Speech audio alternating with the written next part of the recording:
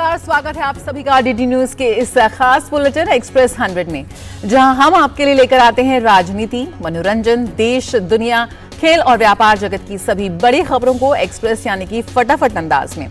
मैं हूं जया सिन्हा, तो आइए देखते हैं खबरें तेज रफ्तार से। गोवा में चल रहे एससीओ शिखर सम्मेलन में भारत की ओर से विदेश मंत्री डॉक्टर एस जयशंकर ने आतंकवाद पर खुलकर बात की। कहा कि किसी भी तरह से आतंकवाद और उसकी फंडिंग को रोकना जरूरी है। विदेश मंत्री एस जयशंकर ने कहा कि सीमा पार आतंकवाद सहित इसके सभी रूपों और अभिव्यक्तियों में रोका जाना चाहिए। आतंकवाद का मुकाबला करना एससीओ के मूल जनादेशों में से एक। एससीओ की बैठक में विदेश मंत्री एस जयशंकर ने अफगानिस्तान का भी जिक्र किया।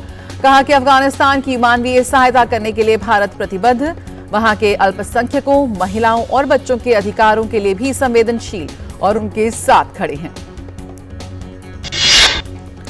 भारत की ओर से विदेश मंत्री ने कहा कि एससीओ में सुधार और आधुनिकीकरण की प्रक्रिया शुरू हो गई है। उन्होंने अंग्रेजी को एससीओ की तीसरी आधिकारिक भाषा बनाने का प्रस्ताव भी रखा और इस पर सदस्यों की स्वीकृति मांगी। गोवा में शंघाई सहयोग संगठन के विदेश मंत्रियों की बैठक में जुलाई में होने वाले शिखर सम्मेलन के लिए एजेंडा तैयार किया जा रहा है। आज की बैठक में बाकी सदस्य देशों समेत पाकिस्तानी विदेश मंत्री बिलावल भुट्टो भी बैठक में शामिल हैं। मणिपुर में हिंसक विरोध को रोकने के लिए जरूरत पड़ने पर सरकार ने उपद्रवियों के खिलाफ देखते ही गोली मारने के आदेश दिए हैं। केंद्र की तरफ से आज और अतिरिक्त केंद्रीय पुलिस बल भेजे जाने की संभावना। गृह मंत्री अमित शाह केंद्र और मणिपुर के वरिष्ठ अधिकारियों से लगातार ताजा हालात की जानकारी ले रहे हैं। कल उन्होंने मणिपुर के सीएम के साथ 2 बार वीडियो कॉन्फ्रेंसिंग के जरिए बात की। अमित शाह ने मणिपुर को सामान्य स्थिति बहाल करने के लिए हर संभव मदद का भरोसा दिलाया। मणिपुर में जारी हिंसा के बीच राज्य सरकार ने रिटायर्ड आईपीएस अधिकारी और सीआरपीएफ के प्रमुख रहे कुलदीप सिंह को अपना सुरक्षा सलाहकार नियुक्त किया। इस नियुक्ति के बाद फौरन कुलदीप सिंह इंफाल पहुंच गए। नगा और कुकी जनजातियों ने मणिपुर में बहुसंख्यक मैती समुदाय को अनुसूचित जनजाति का दर्जा देने का विरोध किया, जिसके बाद हिंसा हुई।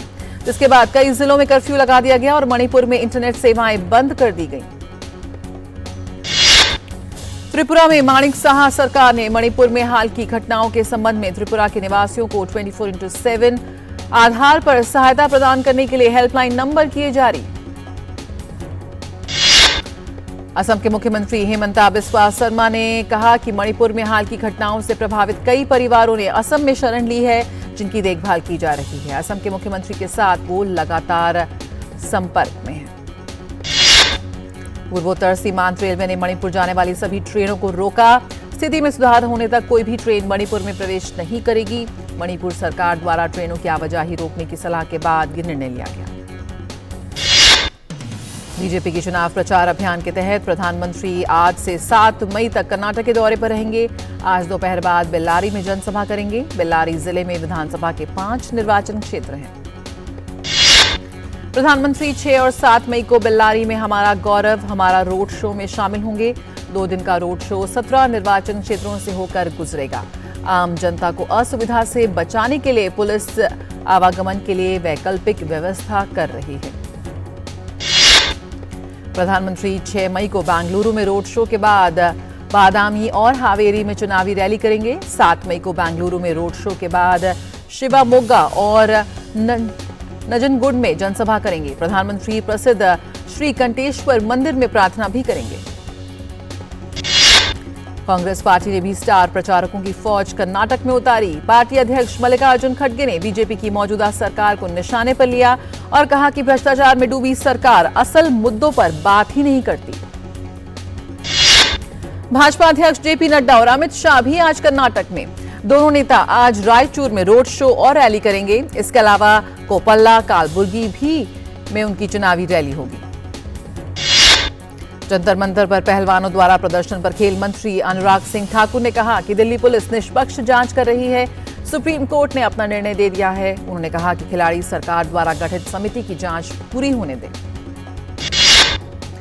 लखनऊ में उत्तर प्रदेश के मुख्यमंत्री योगी आदित्यनाथ और केंद्रीय युवा मामले और खेल मंत्री अनुराग सिंह ठाकुर ने खेलो इंडिया यूनिवर्सिटी गेम्स का लोगो, जर्सी, मशाल और गान का शुभारंभ किया। खेल मंत्री अनुराग सिंह ठाकुर ने कहा कि कभी यूपी को दंगों के लिए जाना जाता था, पर अब यहां के पहलवानों की दंगल के लिए जाना जाएगा। मंत्री ने कहा कि अब राइफल शूटिंग में हमारे मेडलिस्ट यहां से खड़े होंगे और मेडल जीतेंगे। उत्तर प्रदेश के मुख्यमंत्री योगी आदित्यनाथ ने कहा कि उत्तर प्रदेश ने हर जनपद में एक स्टेडियम निर्माण की कार्रवाई को आगे बढ़ाया है। ब्लॉक स्तर पर मिनी स्टेडियम के निर्माण की कार्रवाई उत्तर प्रदेश में प्रारंभ हुई है। शिरोमणि अकाली दल के वरिष्ठ नेता और पंजाब विधानसभा के पूर्व अध्यक्ष चरणजीत सिंह अटवाल आज भाजपा में शामिल हुए। भाजपा अध्यक्ष जेपी नड्डा की उपस्थिति में उन्होंने भाजपा की सदस्यता ग्रहण की। मुंबई में आज एनसीपी की कोर कमेटी की बैठक हुई। एनसीपी कमेटी ने शरद पवार का इस्तीफा नामंजूर कर दिया है। समिति का कहना है कि शरद पवार अभी 1 साल और पार्टी के अध्यक्ष पद पर बने रहें। मुंबई में एनसीपी दफ्तर के बाहर पार्टी कार्यकर्ताओं ने एनसीपी प्रमुख शरद पवार के समर्थन में नारेबाजी की। एनसीपी प्रमुख शरद पवार ने 2 मई को पार्टी अध्यक्ष पद से अपने इस्तीफे की घोषणा की थी। पूर्व कांग्रेस नेता नवजोत सिंह सिद्धू की याचिका पर आज पंजाब हरियाणा हाईकोर्ट में सुनवाई।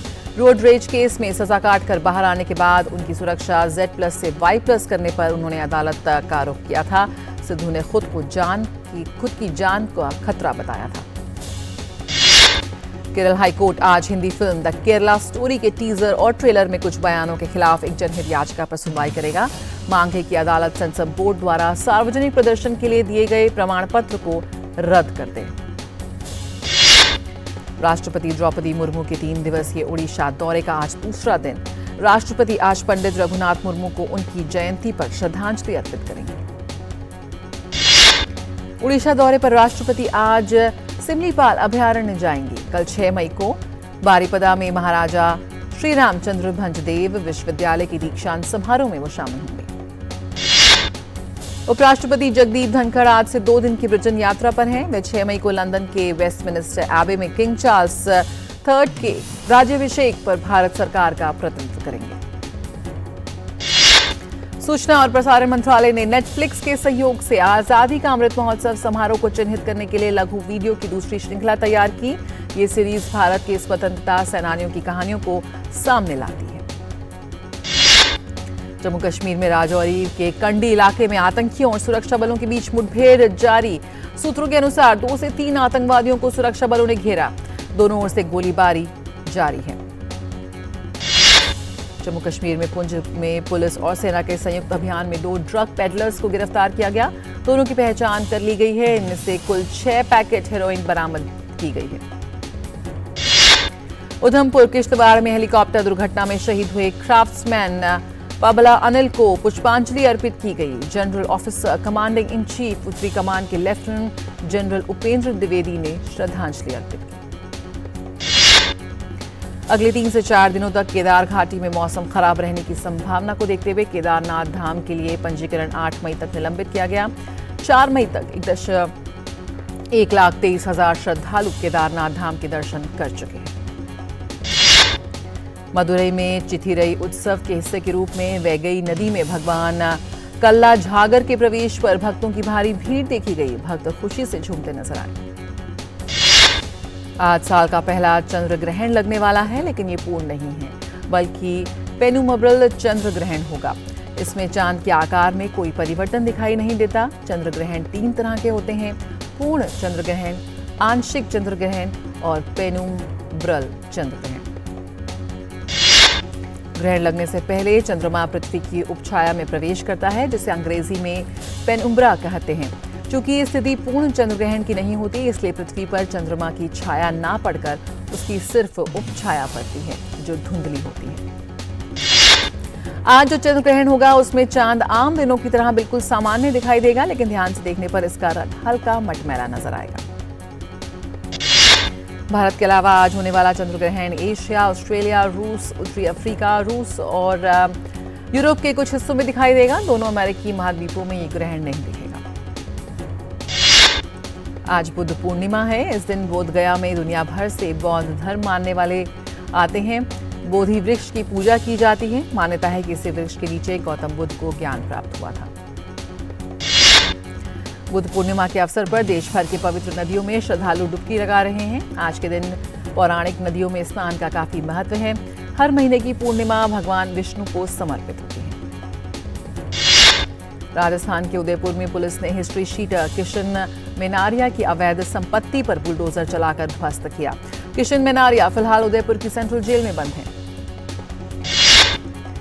छत्तीसगढ़ के मुख्यमंत्री भूपेश बघेल ने निर्देश पर स्कूल शिक्षा विभाग ने 12,489 शिक्षकों की भर्ती का विज्ञापन जारी किया। इसके लिए 6 मई से ऑनलाइन आवेदन भरे जाएंगे। छत्तीसगढ़ के बस्तर में वन विभाग की पहल पर स्थानीय युवकों को रोजगार और पर्यटन को बढ़ावा दिया जा रहा है। वन विभाग के सहयोग से सैलानियों को वाटर स्पोर्ट्स कराए जा रहे हैं। गुवाहाटी मेट्रोपॉलिटन डेवलपमेंट अथॉरिटी ने शहर को सुंदर बनाने के लिए कबाड़ और बेकार सामग्री से शहर के कई फ्लाईओवर और पुलों पर कलाकृतियां बनाई। दक्षिण कोरिया के इचियोन में वित्त मंत्री निर्मला सीतारमण ने दक्षिण कोरिया के उप प्रधानमंत्री और वित्त मंत्री चू क्यूंग हो से मुलाकात की। दोनों नेताओं ने माना कि भारत और दक्षिण कोरिया विशेष रणनीतिक साझेदार हैं। वित्त मंत्री निर्मला सीतारमण ने भारत में बुनियादी ढांचा क्षेत्र में निवेश को आगे बढ़ाने के लिए कोरिया निवेश निगम KIC और अन्य निवेशकों को भारत में निवेश के लिए आमंत्रित किया। विद्युत क्षेत्र में सहयोग पर भारत बांग्लादेश संयुक्त संचालन समिति की बैठक खुलना बांग्लादेश में हुई। बैठक में दोनों देशों के बीच बिजली क्षेत्र में आपसी सहयोग से संबंधित चल रही गतिविधियों की प्रगति की समीक्षा की थी। कमजोर ग्लोबल संकेतों के बीच घरेलू शेयर बाजार में बिकवाली देखने को मिल रही है। आज के कारोबार में सेंसेक्स और निफ्टी दोनों इंडेक्स में भारी गिरावट है। सेंसेक्स 30 के 14 शेयर हरे निशान में है तो 16 लाल निशान में ट्रेड कर रहे हैं। सेंसेक्स में 410 अंकों की गिरावट है और ये 61,339 के लेवल पर ट्रेड कर रहा है, जबकि निफ्टी 108 अंक टूटकर 18,148 के लेवल पर ट्रेड कर रहा है। और यहाँ रुकेंगे एक छोटे से ब्रेक के लिए, जल्द हाजिर होते हैं। टेलीविजन की एकमात्र साप्ताहिक समाचार पत्रिका वार्तावली। न त्वम हम कामये राज्यम न मोक्षम न पुनर्भवम कामये दुष्तप्तानाम प्राणिनामार्ति नाशनम। प्राचीन ज्ञान विज्ञान संस्कृति और विरासत के साथ आधुनिकता का अनूठा संगम। गणपतये नमः। करंट अफेयर्स, खेलकूद, विशिष्ट व्यक्तियों से मुलाकात,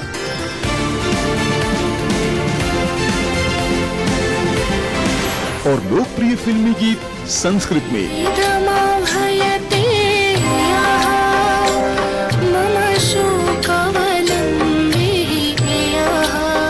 देखिए वार्तावली शनिवार शाम 6:30 बजे, पुनः प्रसारण रविवार सुबह 7:30 बजे, सिर्फ DD न्यूज पर।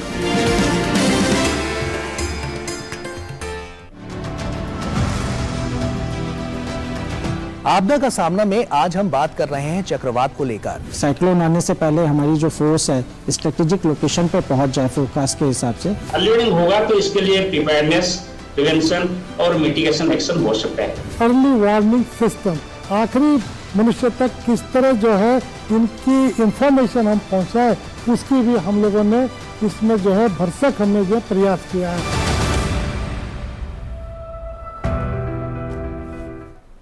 ब्रेक के बाद स्वागत है, आप देख रहे हैं एक्सप्रेस 100। खबरों को सिलसिला जारी करते हैं। आज के कारोबार में निफ्टी पर बैंक, फाइनेंशियल, IT, मेटल और फार्मा इंडेक्स हरे निशान पे है, जबकि ऑटो, FMSG और रियल्टी इंडेक्स लाल निशान में है। आज हैवीवेट शेयरों में मिक्स्ड ट्रेंड है। आज के टॉप गेनर्स में ICICI bank, LT, Axis bank, नेस्टलैंड, SBI, ITC शामिल हैं, जबकि टॉप लूजर्स में HDFC bank, IndusInd bank, Bajaj finance, Tata steel, Airtel शामिल हैं।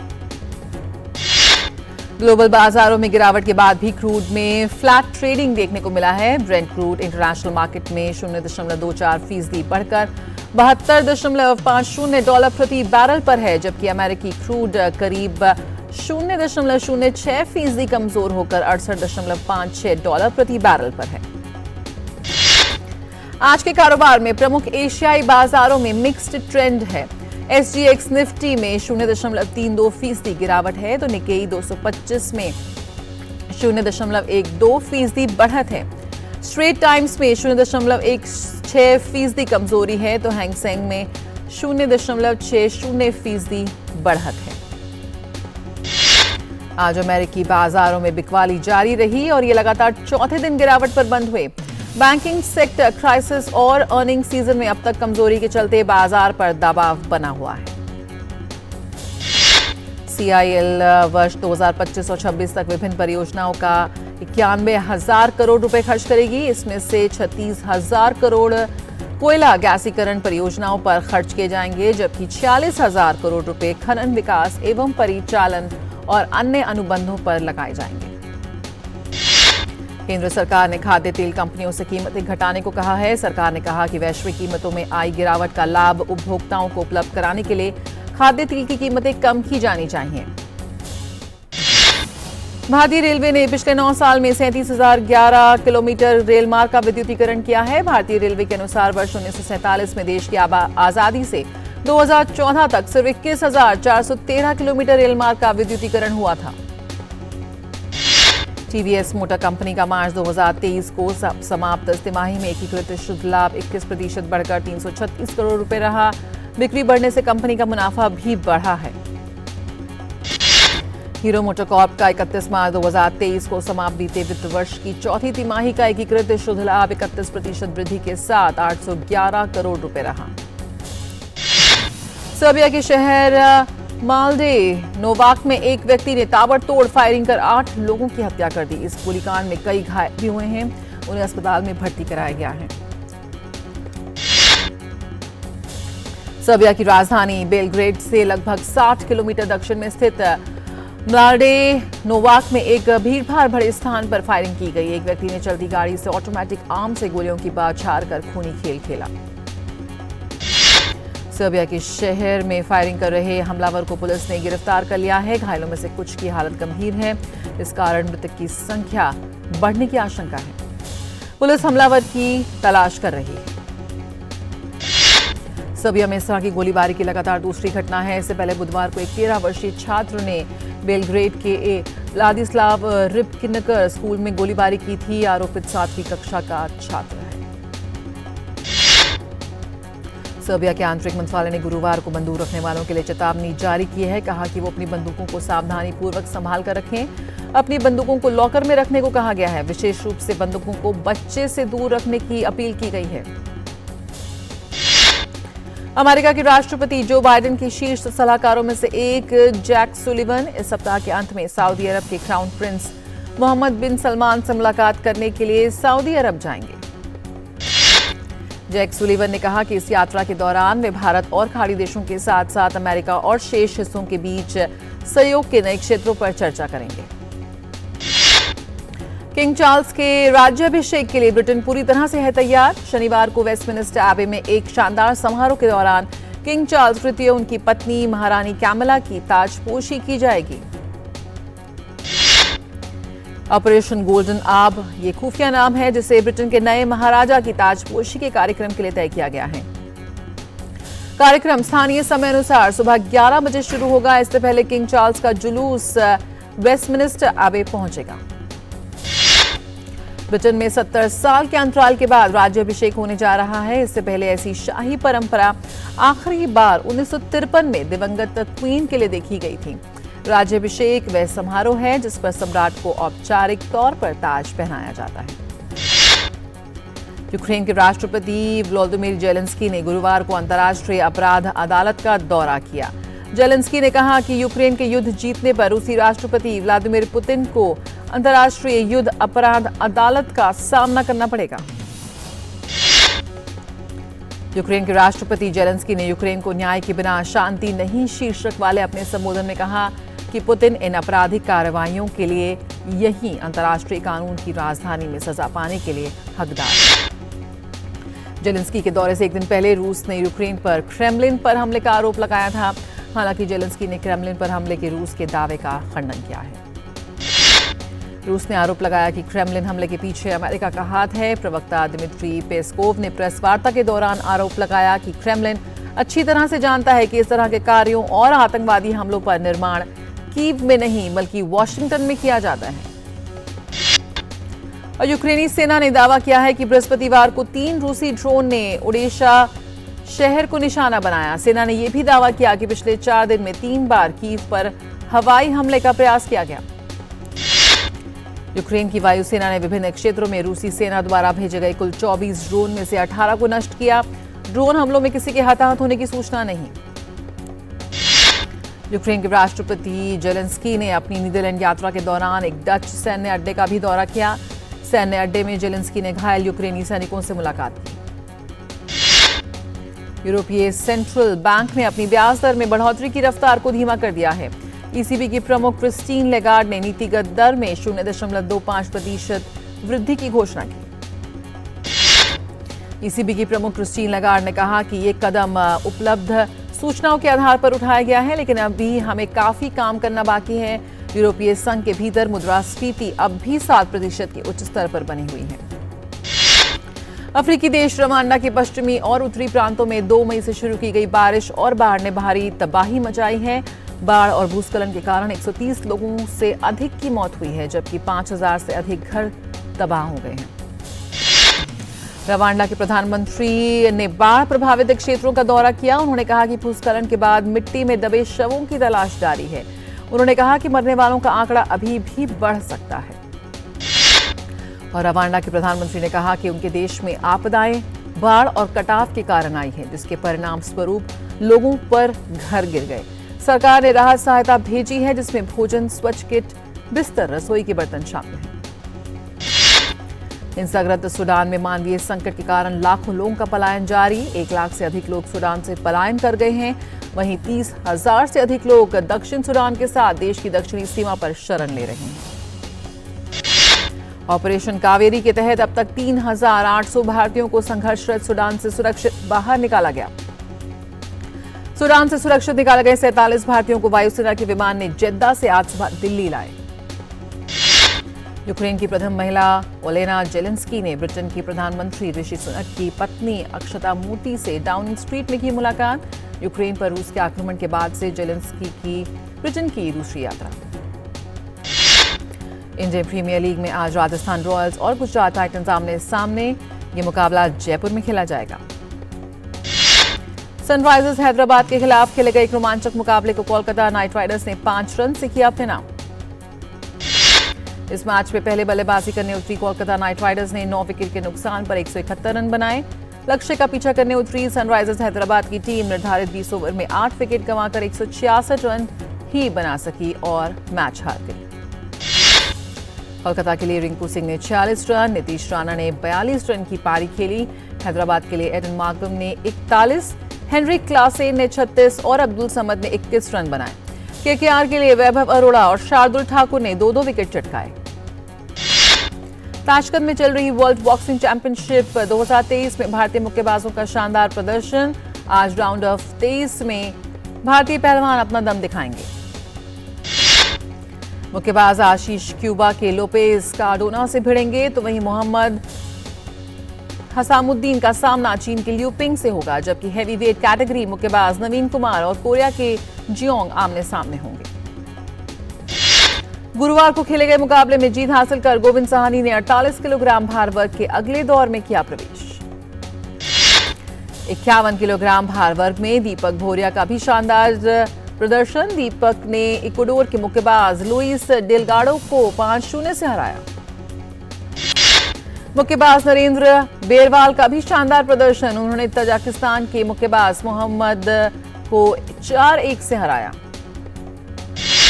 भारत के रोहन बोपन्ना और उनके ऑस्ट्रेलियाई जोड़ीदार मैथ्यू एबडेन ने मैड्रिड ओपन के फाइनल में जगह बना ली है। रोमांचक सेमीफाइनल मुकाबले में रोहन और एबडेन की जोड़ी ने मैक्सिकन फ्रांसीसी जोड़ी को हराकर फाइनल में किया प्रवेश। मैड्रिड ओपन के पुरुष युगल स्पर्धा के फाइनल में रोहन और एबडेन का सामना शनिवार को कैरन खचानोव और आंद्रे रूबलेव की रूसी जोड़ी के साथ होगा। और दुनिया के दूसरे नंबर की महिला टेनिस खिलाड़ी अरेना साबालेंका ने मैड्रिड ओपन 2023 के फाइनल में बनाई जगह। प्रतियोगिता के महिला एकल वर्ग के सेमीफाइनल स्पर्धा में सबालेंका ने ग्रीस की 9वीं वरीयता प्राप्त मारिया स्क्वाकारी को 6-4, 6-1 के अंतर से हराकर फाइनल में किया प्रवेश। दुनिया की नंबर 1 टेनिस खिलाड़ी ईगा स्वातेंक मैड्रिड ओपन के महिला एकल स्पर्धा के फाइनल में पहुंच गई हैं। ईगा ने प्रतियोगिता के सेमीफाइनल मैच में रूस की वेरोनिका को एक बड़े अंतर से हराकर खिताबी मुकाबले में अपनी जगह पक्की की। मैड्रिड ओपन के पुरुष एकल वर्ग के क्वार्टर फाइनल वर्ग में ग्रीस के स्टेफानोस सित्सिपास उलटफेर का शिकार हुए। सित्सिपास को जर्मन टेनिस खिलाड़ी जैन लेनार्ड स्ट्रफ के हाथों हार झेलनी पड़ी। और पुरुष एकल वर्ग के रोमांचक क्वार्टर फाइनल मैच में जैन लेनार्ड ने सित्सिपास को 7-6, 5-7, 6-3 के अंतर से हराकर सेमीफाइनल में प्रवेश किया। और एक्सप्रेस न्यूज में फिलहाल इतना ही। हमें दीजिए इजाजत। नमस्कार।